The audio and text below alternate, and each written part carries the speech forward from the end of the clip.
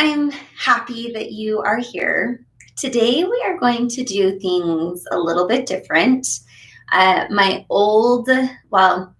to just try something new. I've never done a Facebook Live, but I have a series of about 10 things, 10 life events, very big, magnificent life events that I felt like I needed to share live and to get away from the over edited, over monitored, censored way of doing things that I have done them in the past. I wanted to just show up and be ultra raw, super vulnerable, and just tell you from my heart some of the things that I've been through and the lessons that I have learned through those things. So that's what we're going to do today. And we're actually going to be doing these live. Well, I say we, I am going to be doing these lives every day at 4:00 for the next week. And then again on August 10th for several more days to get through all of the different topics.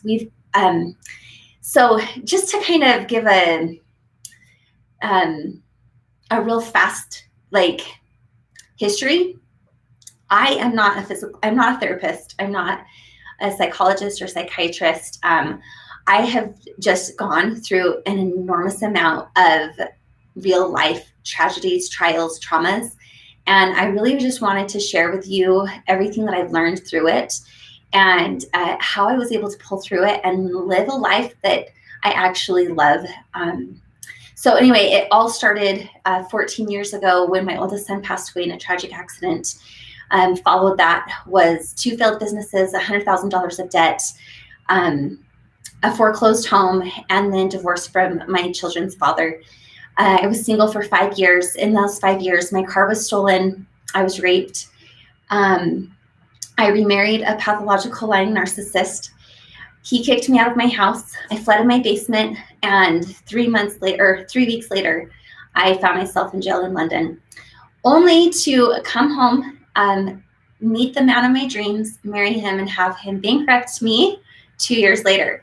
So there's a lot to cover, and that's why I can't get into all of it today. I have to break this up into so many different small pieces because there was so much learning that happened in the last 12 years of my life, and I'm a self-learner, so I just consider myself taught by the school of life. I have, I went to school. I'm a junior in psychology, but I don't have a psychology degree. But definitely one of the things that helped me survive through all of this has been to learn every ounce of life lessons there are to learn through these things. So with that intro, I am going to jump right in. And I have actually prepared a few notes just so that I don't get off track. I do have a way of kind of rambling and getting a little scatterbrained and off into my own little tangents. So I did want to have a little bit of structure. So this is going to be really raw, really vulnerable, and really real. And I feel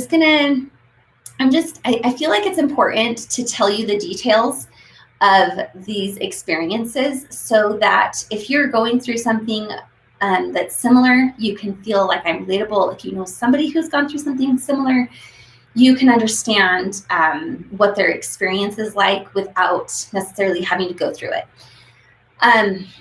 So anyway, I'm gonna dive right in. But before we start, I have my son's little bear here. This is my oldest son's bear. This is his treasure toy. And I'm going to keep it with me because it's special. It's been sitting on my bedstand for all these last 14 years. This is his little blanket.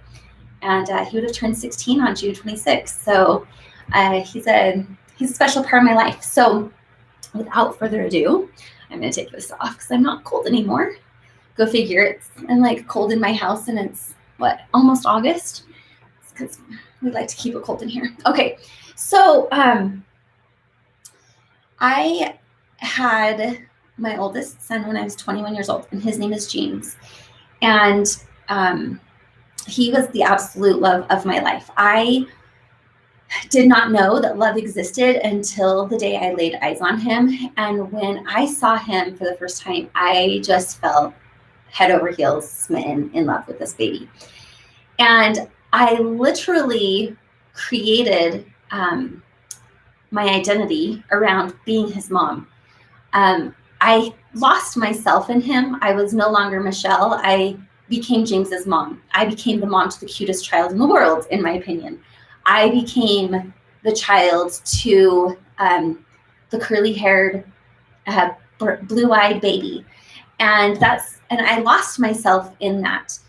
And truly, I fell in love with him. He was so happy and so energetic and crazy. And when he was 3 months old, our friend said, "Does he ever sleep? His eyes are always like wide open." He was crazy. He started walking at 9 months, or excuse me, he started crawling at 6 months, walking at 9 months, running at 11 months, and running down slides at 12 months. So he kept me on my toes, like big time.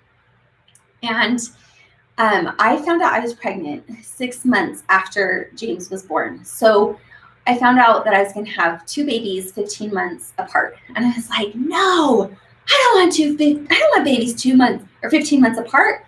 This is too much. I can't do this. And I was really bitter and angry and resentful that I was pregnant. Honestly, I was really, really, really upset. And what I didn't realize was that there's a purpose behind everything. And that purpose was not to be discovered until much later. So anyhow, the day of my son's accident, it was just a regular day. Like, trauma always happens on any ordinary regular day, right? Like, trauma always happens on normal days. And we woke up on April 20th, and I went to my best friend's house, and we had a play date. Her daughter was my son's best friend, and the kids were outside in the backyard. And I said, "Hey, what are you doing for dinner tonight?" And she's like, "Oh, we're having chicken. I don't have enough chicken because our cousins are coming into town, or else I'd have you stay over." And I was like, okay. So we went home, and I called my kid's dad on the phone and said, "What do you want for dinner?" And I had given James a bath outside, oh my gosh, I did not give James a bath outside. I gave James a bath inside. I gave James a bath, and I grabbed my video camera, and I recorded James jumping on my bed. And I said, "James, do something silly to make Spence laugh." And it was the only footage that I have of James and Spencer together. And it lasted for about 30 seconds. And then right then it says tape end. And I just thought in my head, oh, I'll get more video later. And we went out into my room, or out into my living room, and I called my kid's dad, and I said, "What do you want for dinner tonight?" And right then I heard a pop, and I looked over my shoulder only to see the heels of my sweet baby James topple out from our second-story window. I had been nursing my baby, and I literally threw my 6-month-old, tossed him onto the couch, and just yelled into the phone. And I said, "James just fell out of the window." And I threw the phone down, and I ran down the stairs, and I ran back up the stairs to grab the phone to call 911 because I realized that I was going to need to call 911. And when I called 911, it felt like it was an eternity before they could get there. When I got to his side, there was just one tiny little smirk, one tiny little smile on the side of his lip. So I knew that he knew I was there. And he had fallen and hit his head on the corner of his eyebrow. And the ambulance got there about 5 minutes later. Felt like an eternity. I felt all alone, even though there were neighbors surrounding me. And I felt completely alone in that moment.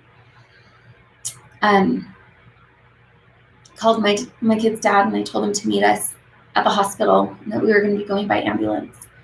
I called my dad and I said, Dad, we need to all pray. And he said, oh, kids fall out of windows every day. He'll be fine. And I said, no, Dad, he's not going to be fine. This is really bad, and it's not going to be okay. And we got to the hospital. I was in my pajamas with no bra on. And I remember the lady at the reception desk, and she said, do you have your insurance card? And I said, does it look like I have my insurance card? It's not my pajamas. I've freaking been nursing my son. I didn't have a bra on. Like, does it look like it's just funny how when you're in those traumatic experiences, people ask like these questions and you're like, what? Like, that is the dumbest question. And I'm like, no, I don't have my insurance card. And right then, see, the emotions are coming in. Right then,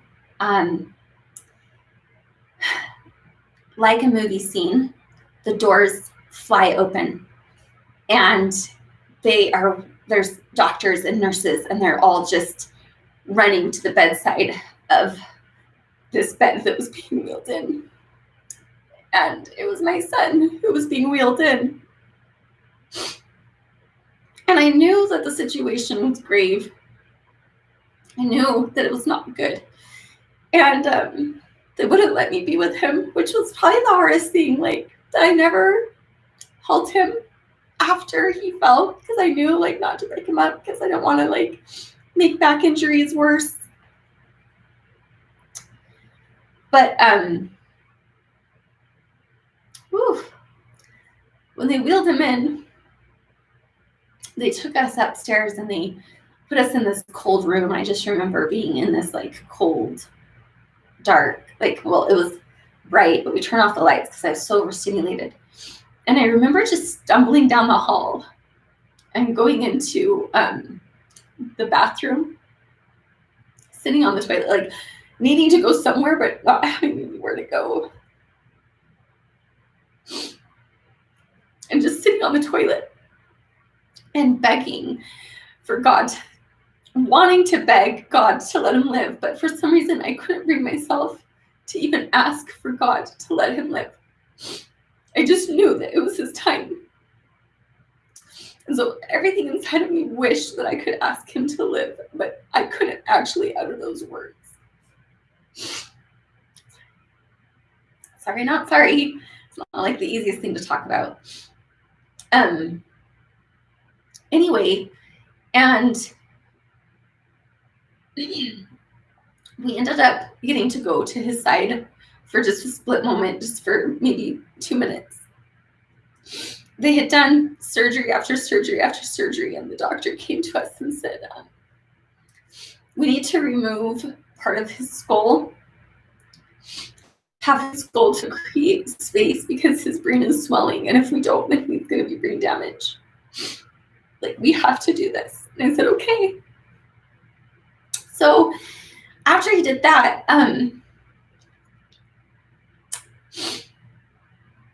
we were just laying in the cold hospital room.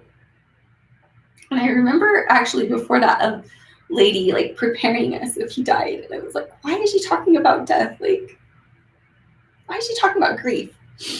Why is she talking about trauma? And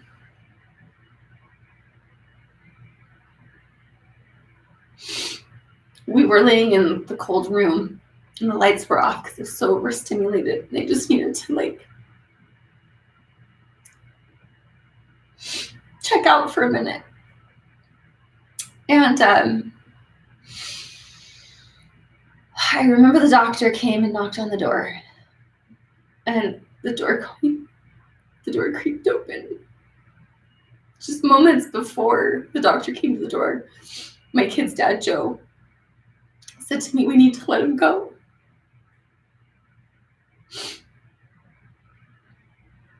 We need to let him go. And then about 30 seconds later, we get the knock on the door. And it was the doctor, and he said, I just remember his silhouette in his white coat. And he said, we tried to revive your son. We revived him twice, but on the third try, he wouldn't come back to us. I'm sorry, but your son is gone.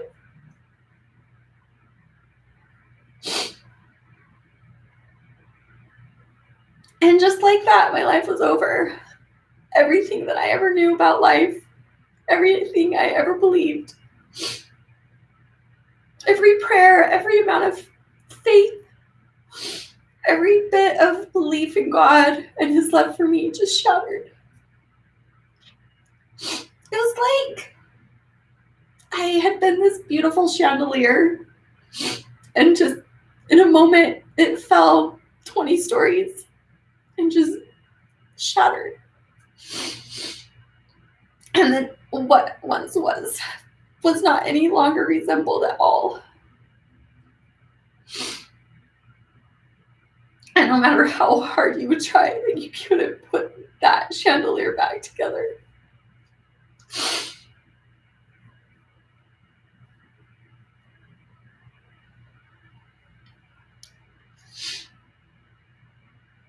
We came home. I remember getting into the car. Well, they let us say goodbye to him. And I remember going to his body, and it was just rolled into like the corner of the hospital room, like unattended.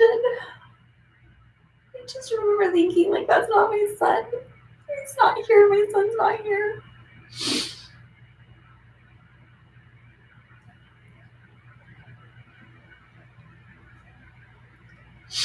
And I remember getting into the car to drive home. And I remember looking behind me, seeing his car seat with his hair. He used to like rub his head back and forth on the back seat. And he'd rub like a bald spot in the back of his head right here.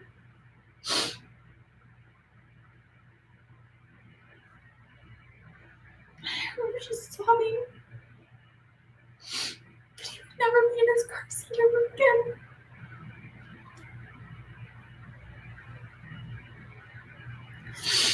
When we got home, there were 6 detectives. And there was yellow tape surrounding my whole house. And when we got out of the car, the detective said, we're going to have you stay in the car. We're not ready for you to come in yet. And I said, what? Why can't I go into my own house? And he said, we're investigating. And I'm like, investigating what? And that's when it occurred to me. They were investigating me for murdering my son.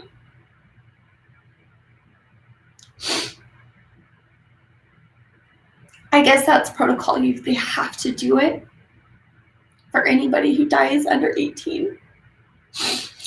But it was devastating and it was traumatizing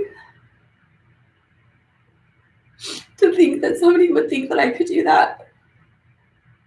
Like, I loved him more than anything. Like, I would have done anything to have taken his place.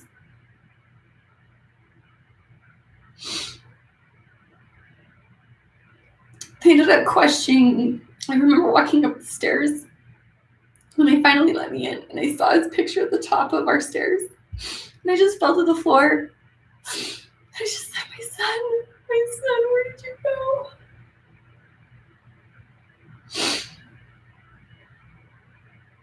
And I remember the detective just saying, excuse me, I need to ask you a few questions. I was like, who are you? Like, can't you see that my son just died? And I'm like pretty upset about it. And she's just completely robotic and cold. She asked me questions about the day, and I had to relay out everything that had happened, down to what he ate. Grapes and oatmeal, I still remember. And a peanut butter and jelly sandwich for lunch. And I actually had a friend who was a lawyer, and he said, he said, don't talk to the Child Protection Services because I don't want them to make an example out of you. He said they haven't been doing their job properly, and a child died. Who is this? Letitia, thanks for sharing your story. Oh, thank you for being here and watching. this is the emotional part, and I'm going to share with you all of the things that I learned after it all. So my friend said, we don't want you to talk to Child Protection Services because we don't want them to make an example out of you, because there was a child that died from neglect and abuse that they didn't catch and they didn't do properly. And anyhow, he was just very concerned about them. And so then I lived with huge fear that like I wasn't just going to lose my child, that like I was possibly facing prison or like jail legal charges, like, and to think that they could think that I would do that intentionally. This is actually really quite vulnerable, because shortly after he passed away, I made a little video about window safety, because so few people realize the danger that lurks in their own home, and very few windows actually have window screens that are secure. We had a gigantic window, and it was just held in by 2 little tiny pins, and it was new construction. And so check your windows, friends, like parents. Never open your windows, never put like furniture in front of your windows. Check your window safety. Like typically window screens are to keep bugs out, not children in. And then on the flip side, like 17,000 children fall out of windows every year and only 17 die. So it's very small chance that your child is going to die from falling out a window, but there are a lot of head injuries. There's a lot of injuries, lots of broken bones, lots of other outcomes from that other than death per se.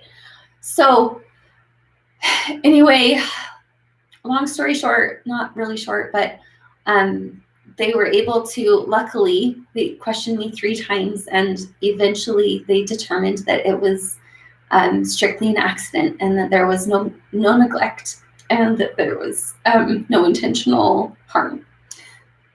But I was 23, and it was hugely traumatizing to me, both to lose my son and then to also think that somebody could think that of me.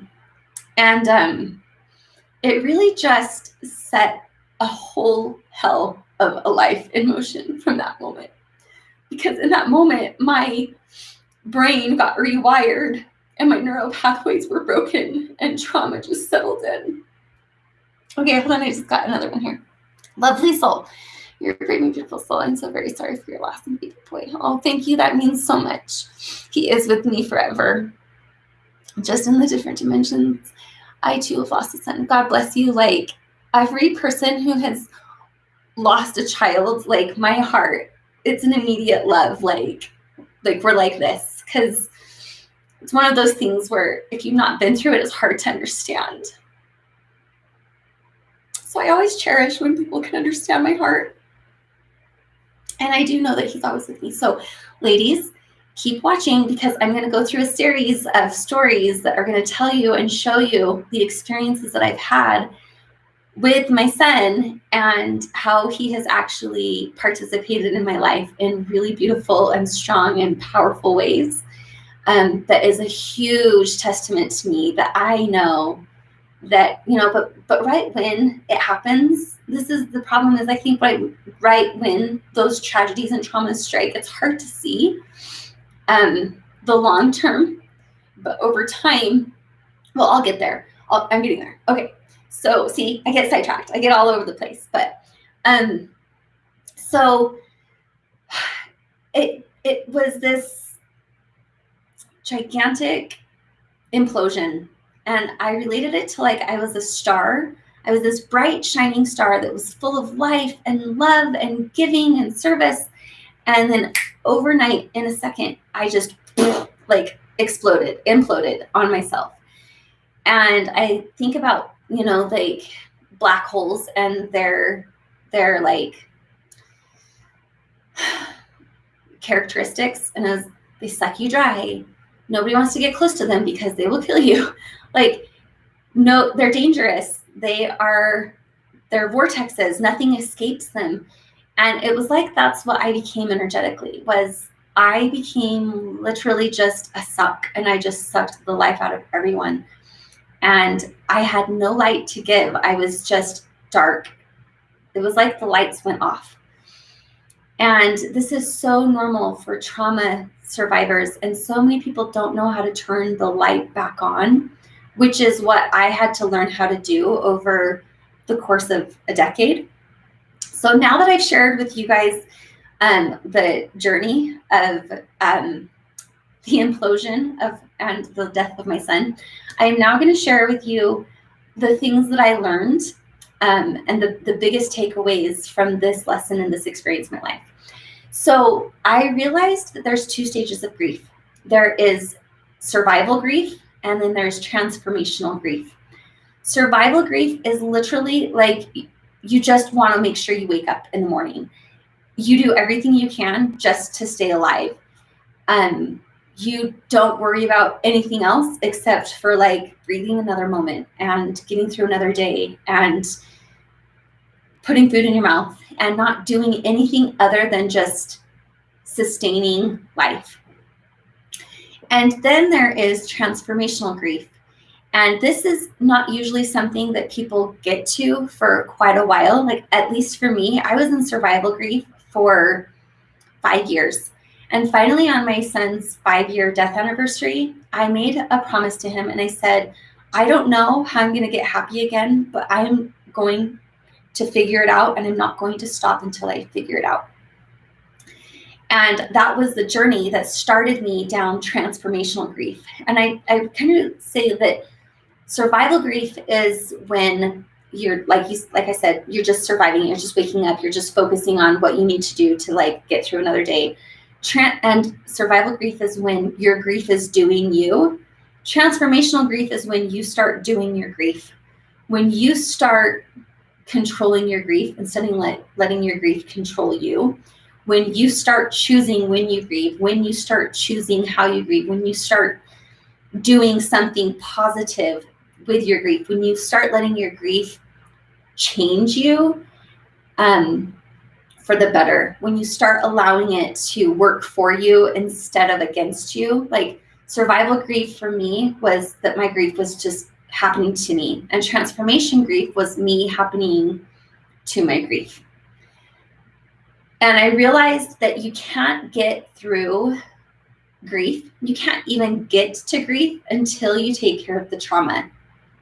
The trauma is, until the trauma is processed, you can't even heal the grief, because trauma is reliving it every single day as if it's happening right now. And I didn't realize that I was doing this for a decade. For an entire 10 years, it was like the memory was so forefront in my mind that the reel of his death was playing over and over and over in my head as if it was happening to me right now. So it would be like telling somebody, oh, stop grieving over your son, as if it has just happened yesterday or right now. Like, you would never think to tell somebody to stop grieving their child a day after their child died. But 10 years later, so many people are like, what's wrong with her? Why is she still such a hot mess? Her kid has been gone for 10 years. Like, and it's because when we're stuck in trauma, it's as if it's happening every single day. And so you can't even heal because that trauma is persistent in that head. So I actually did EMDR, which is a huge, such a powerful way of shifting and learning how to connect the two lobes of your brain. I am not a therapist, like I said earlier, but it is something that I did. And if you've never heard about it and you've gone through traumatic experiences, look into it. It's EMDR. I actually also went to a life coach, and she helped me so much more than my therapist. I went to a therapist 2 times a week for like 3 years straight, and didn't get very far. And this same life coach, she does a lot of energy work, and she trained me also in how to do this emotional processing. So between those two things, my life coach and EMDR, they really radically helped me process the trauma so that then I could address the grief. Okay, the second thing that I wanted to talk about, so there's survival grief and transformational grief, and then healing trauma so that you can get to the grief. And then the next thing that I want to talk about is assigning purpose to the pain and the power behind assigning purpose to the pain.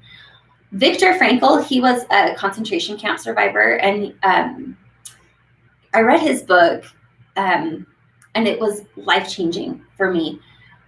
He talks about how you can get through any how if you have a why. How do I get through my son's death?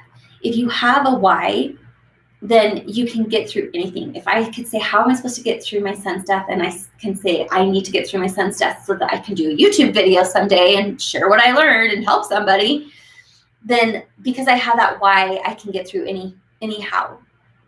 And honestly, that's part of the reason why I am doing these videos, is because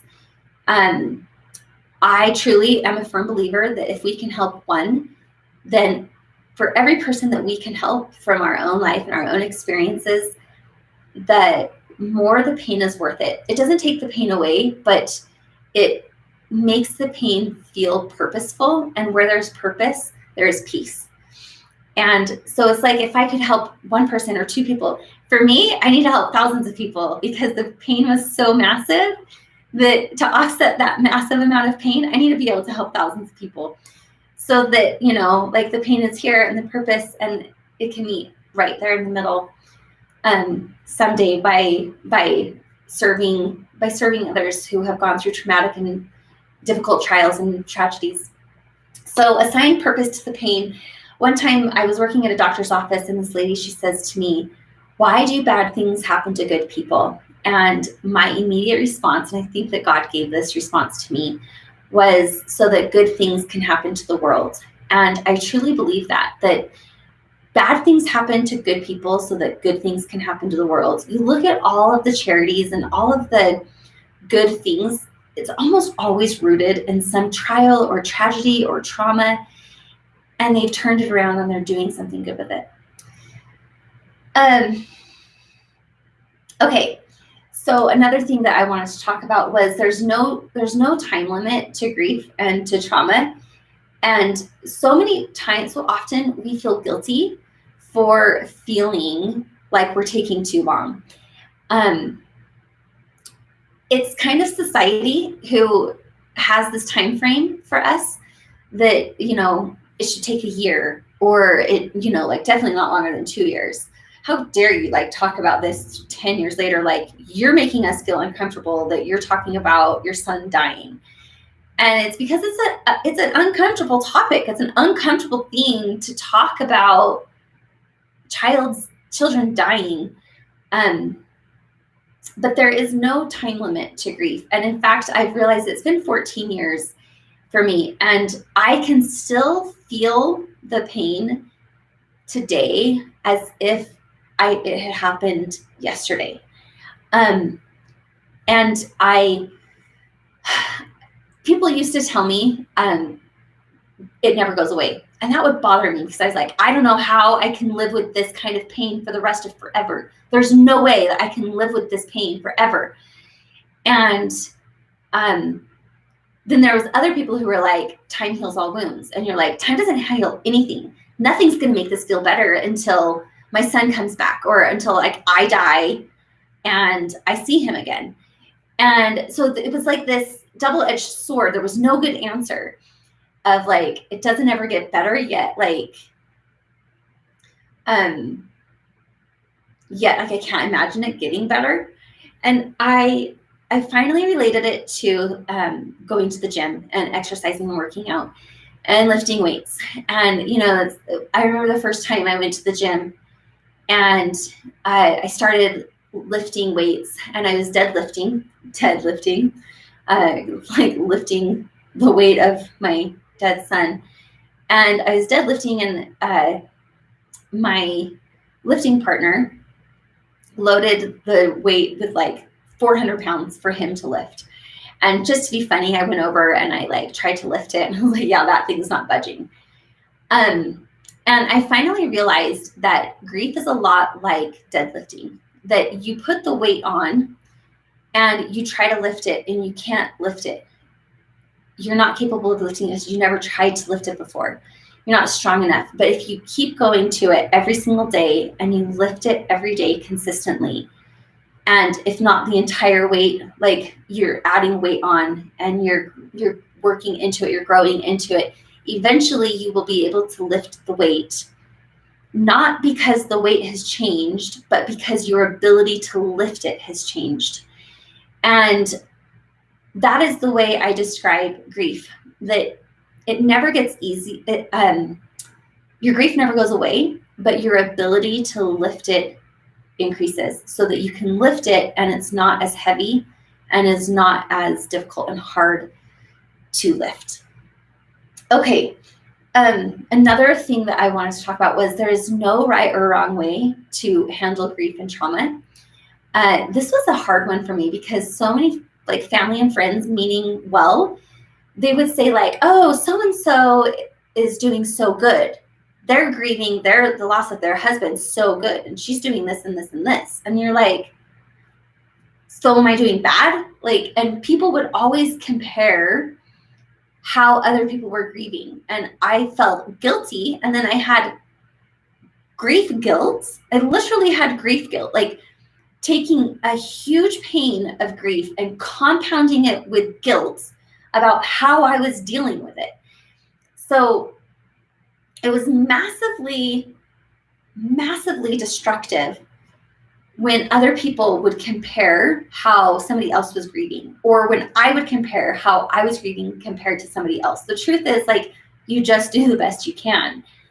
You aren't them. Your experience wasn't theirs. Your love that you had for your person wasn't the same. Your understanding, your belief systems, your faith, all of those things, like you can't compare circumstances. Like take for instance, my son, he passed away at 2 years old, and my brother, my mom, she lost a little infant at 2 days old. And she couldn't wrap her head around why I was struggling so much, because she lost a child, but he was 2. And for some reason in her life, she was able to logically work through that. And I was not logically able to work through my son's death and the trauma. So comparison is the killer of connection. Comparison is the killer of connection. That if you know somebody who has lost someone, do not compare their experience to somebody else's. If you know somebody who's been raped, and do not compare the experiences against each other. Do not compare Elizabeth Smart, who was kidnapped out of her home, to your friend that was raped and or whatever. Like, you just can't do it. And as soon as you start to compare, those connections will eventually, immediately be severed. The person who's gone through trauma will immediately retract because they do not want to feel compared. And it will immediately cut those ties. Okay. So another thing that I wanted to talk about was people who haven't been through what you've been through are just not going to get it. And there is a huge amount of forgiveness that we have to extend. There's a huge amount of forgiveness and giving them the benefit of the doubt. And, this was a hard one for me because I, for so long, was just like, if you ever loved me, why wouldn't you be here for me now? Like, my son died. Like, if you can't be here for me now, when would you ever be here for me? And it was really hard because my closest friends and family just could not understand the gravity of what I was facing. And people say the dumbest things when you go through tragedy, trauma, and death. People say really stupid things. Aren't you glad you're going to see your son again someday? And I'm like, can I cut off your right arm and ask you if you're glad that you're going to have your arm again someday when you die and go to heaven? it's like that debilitating, if not more, like it'd be like paralyzing someone and saying, but aren't you glad that when you die, like you're going to be able to walk again? You're like, no, that doesn't make this better. Just because I know I believe I'm going to see my son again someday and I believe he's with me all the time, it doesn't make it better. It doesn't make it feel better. So many, people will say like,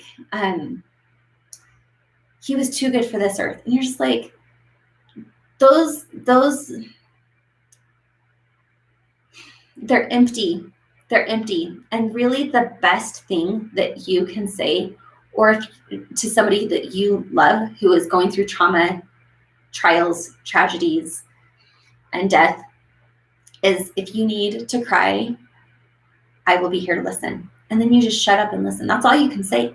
You don't say anything more. That's it. Like, I'm sorry you went through this. If you need to cry, I'm here to listen. And then you just shut the heck up. Just shut up. Just shut up and just listen.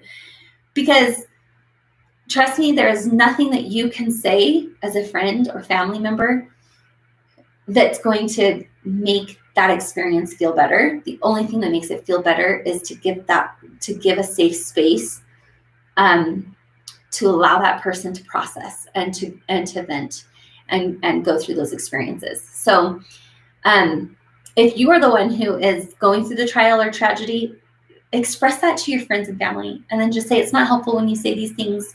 I really just need you to allow me to cry. And I really need you to allow me to just share with you. And I can't have you tell me these things. They're not helpful.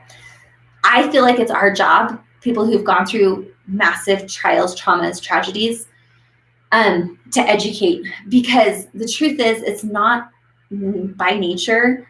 It's not in our nature to know how to grieve with those that grieve and to mourn with those that mourn, which is something that God and Christ has asked us to do, to grieve with those who grieve and mourn with those that mourn and comfort those who stand in need of comfort.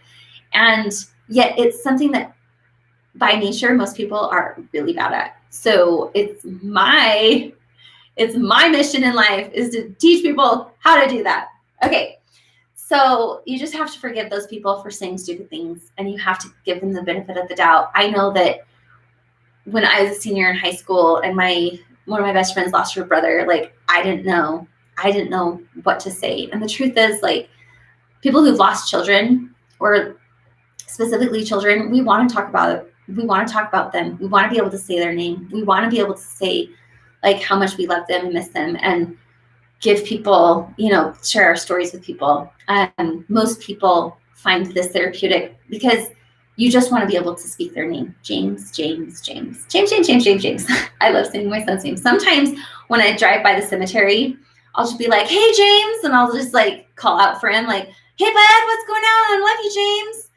And I'll just, because I do that for my other kids, like, hey, Spencer, come here. Hey, Gara, James.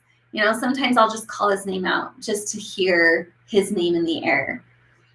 When you can just talk to those people around you about those loved ones and not be afraid of it and not be taboo about it, and just say like, tell me about James. Tell me about what he was like as a kid, or tell me about your experience, or whatever. Like, we love the opportunity to talk about our angels because it's our way of keeping them alive.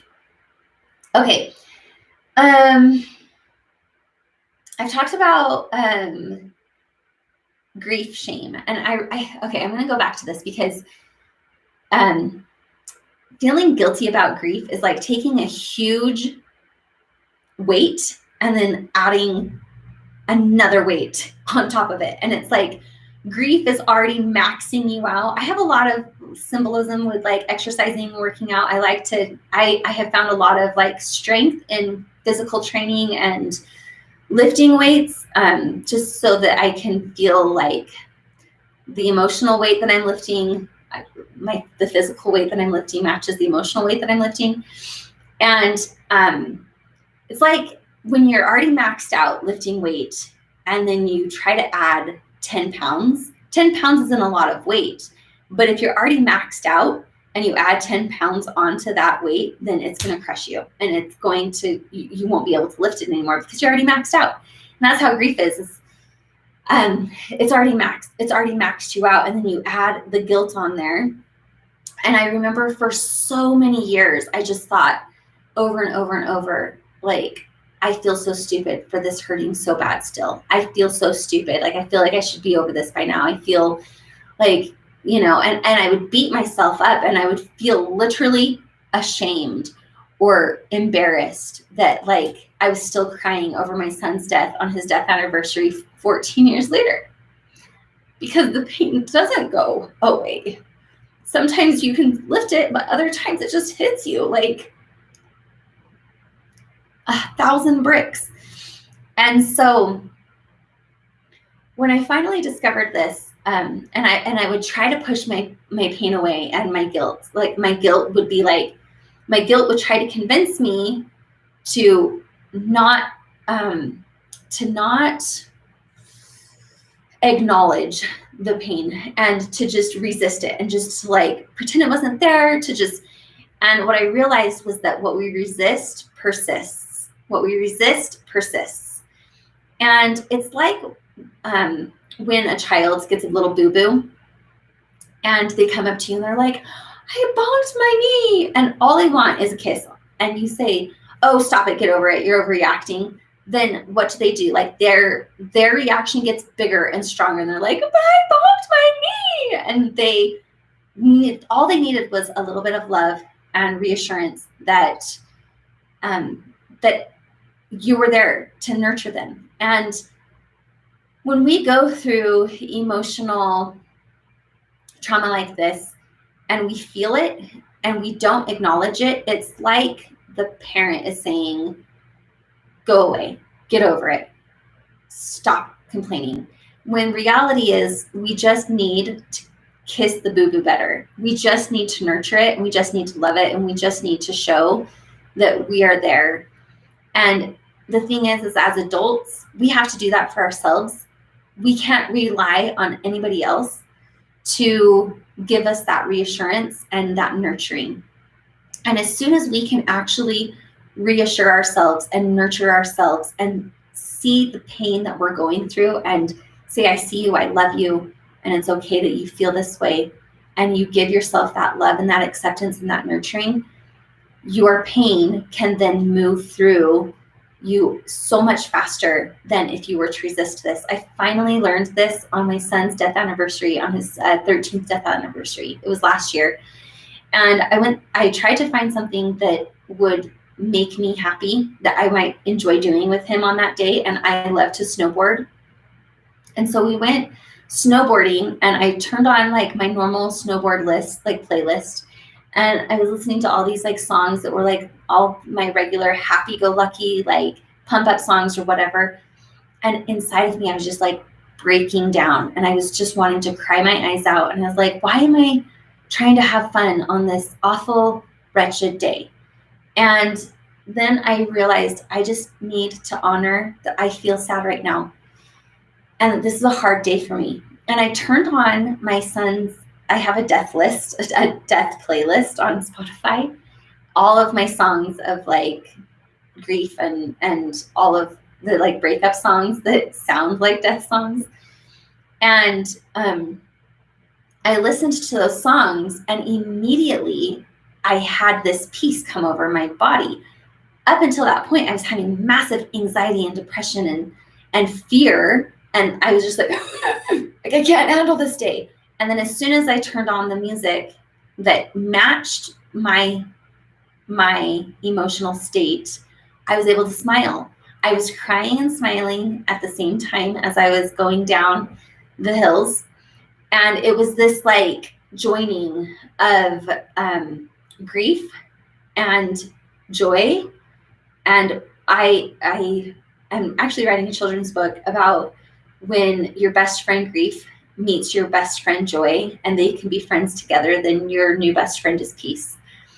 And that so many times when we're going through trauma and grief, we don't think that these two strong emotions can coincide together, that there's not space in your heart for grief and joy simultaneously. But I am here to tell you that there is. And when you can create an environment where you can experience grief and joy simultaneously, that's when you find internal peace.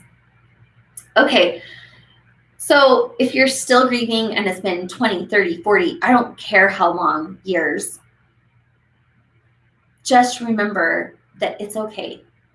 There is no shame around it still hurting, because the reality is grief is only a measurement of how much love we have in our hearts for those that have gone on. So as soon as you stop grieving is the moment that you stop loving that person. So it's never going to go away. So don't feel ashamed about grieving, because that would be the same as saying that you feel ashamed of loving that person. And then one of the best things that I did, one of the very best things that I did was when my good friend, her daughter, she actually had a daughter pass away about 3 years after James passed away from SIDS. And I took her out into the desert and we went and bought $30 worth of plates.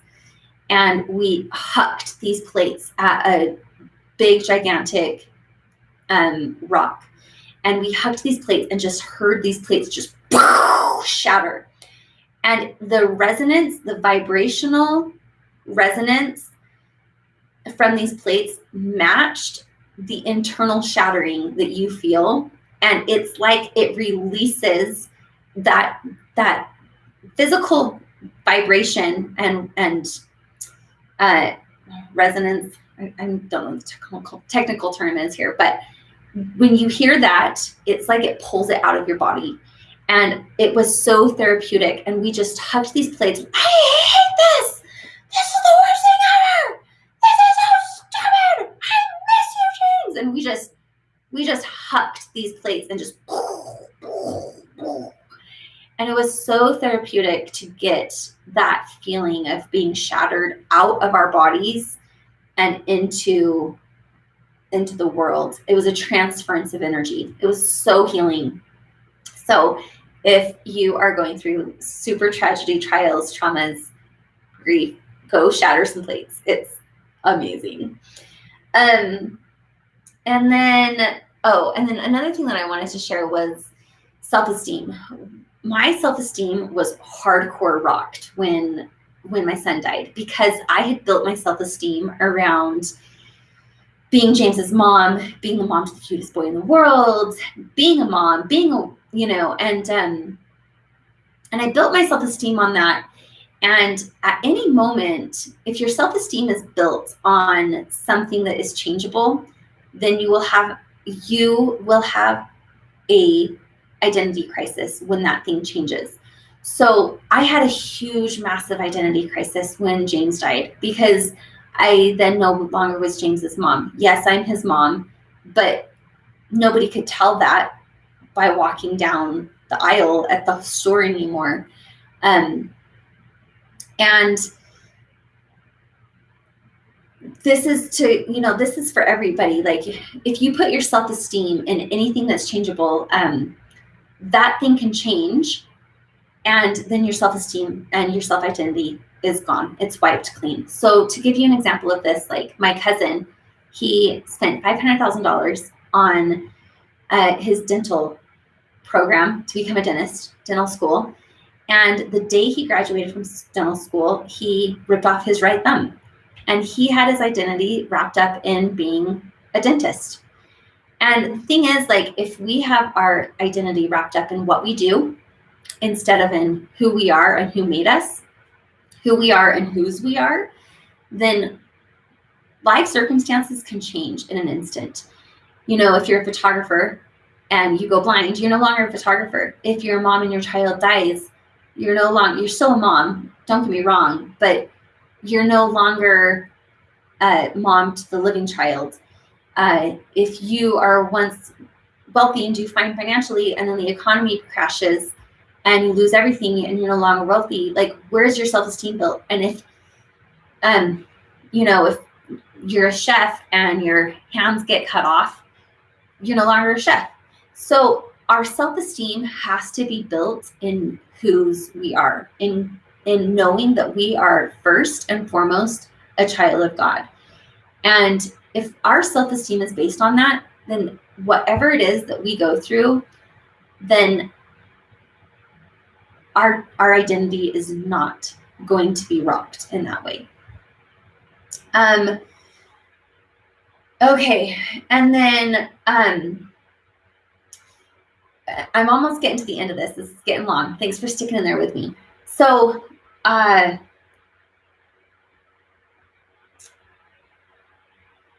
going to talk about the transformation side of this, because to so many people, the thought of transforming their grief is literally just vomity, like, or their trauma. And to do something with your pain and suffering, it turns people off a lot of the times because it's so overwhelming, depending on where you're at in your grief cycle. I personally believe that you have to be so sick of feeling like crap before you're willing to do what it takes to transform the crap to be beneficial to you. So one of the most powerful questions that I learned to ask myself was, how could this be the best thing that's ever happened to me? And that was a hard question to answer. And when I first asked it, I was like, nothing good could come from my son's death. How could anything positive be good from my son's death? And the truth is, we actually gain evidence based off of what we believe. So if you believe that your experience is the worst thing that's ever happened to you, you are going to collect evidence that supports that belief system. If you believe that the thing that you're facing could possibly be the best thing that's ever happened to you, you will start to collect evidence to support that it's the best thing. And here we are 14 years later, and I can honestly say that my son being in heaven is one of the absolute best blessings that God has ever given to me. And it's because I've collected evidence to support that belief system. And then one of the other really strong antidotes to trauma and grief and survival and rewiring is when I gave that analogy of being a star and imploding and becoming a black hole. I realized that I needed to start taking those rays of sunshine that used to shine bright, and then when they turned inward, that's when I imploded. And those rays of sunshine actually were killing me that used to be shined outward. I needed to start pulling those rays of sunshine and starting to direct them outward again, and through service. And I remember coming up with a random act of kindness card, and it said, you've been a victim of a random act of kindness, pass it on. And one of the fastest ways to turn your immediate pain into joy is to do a little random act of kindness, whatever it is. The simplest things, you can go through the McDonald's drive-through and buy an ice cream cone for 69 cents and give it to the person in the back, and tell the people in the window to hand that card to them. Buy a candy bar for the cashier at this grocery store who's been on her feet all day. When I learned this lesson, it was after I had made my promise to James that I was going to find a way to be happy again, and I didn't know what it would take to get there, but I wouldn't stop until I figured it out. And I'm fixing my necklace. I didn't realize that it was bad this whole time. Anyway, and so I was laying in my bed, and I was going down the spiral of depression, and I wanted to pull myself out of it. And I just asked, like, what can I do? And God said, go do a service project. So I just was inspired or prompted. I didn't actually hear God's voice. But I went out into my living room, and I looked out my window, and I saw these weeds that were like knee high in my neighbor's yard. And I just get this prompting, go mow their lawn. And I truck out there with my lawnmower in my pajamas at 11 o'clock in the morning. And these people, I like knock on the door, and I'm like, can I mow your lawn? And they're like, we don't speak English. And I'm like, I don't speak Spanish. And I proceed to mow down their lawn, and they're just standing there watching me mow their lawn. And I'm like, I'm sorry, I just have to do this. And I went home, and I remember being so overjoyed that day, probably because I was focusing and thinking more about how crazy they thought I must be. And I'm telling you that service is the absolute cheapest therapy there is out there. When we get our minds off of ourselves, we are literally redirecting that light that is shined, that is directed inward, that is literally killing us. And when we shine it out, then we become service to the world. When you think about the sun, the entire purpose for the sun is to serve the world. The entire purpose of the sun is to give nurturance to the world, is to help us grow our plants, is to give us light and direction. And I believe that that is why we are created, and to live the brightest and lightest light, like love or life, is to start living in a way that the sun lives, which is the entire purpose is to be a service to mankind. And when you can do that, that is when your light will never go out, ever. And then last and not least is that I truly am a believer that you can stay connected to those who have gone on. I do this mostly through journaling, through purpose, and through prayer. I can say that I have as close of a relationship with my son who's passed away as I do with my living children. And it's because I journal, I speak to him, I pray, and I have found purpose in my pain. And yeah, so hopefully this was helpful in some way. Drop a comment and head over to my website, actually, at freedomfix.com.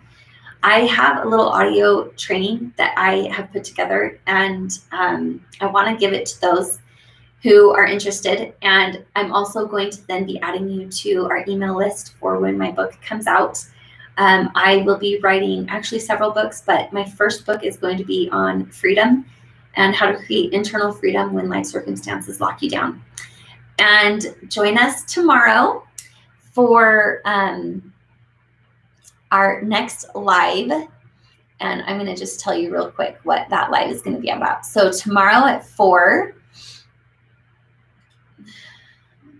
sorry, I'm just looking this up.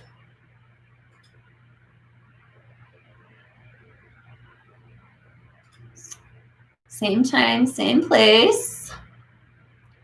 We're going to be talking about the truth about people pleasing and what I learned from my first divorce. So there you have it. Anyway, I hope you guys have a great day, and thanks for joining. And be sure to leave a comment. Go to freedomfix.com, sign up for your free audiobook or your free audio training, and that will immediately put you on my email list to receive a copy of my book. Okay, have a great day. Bye.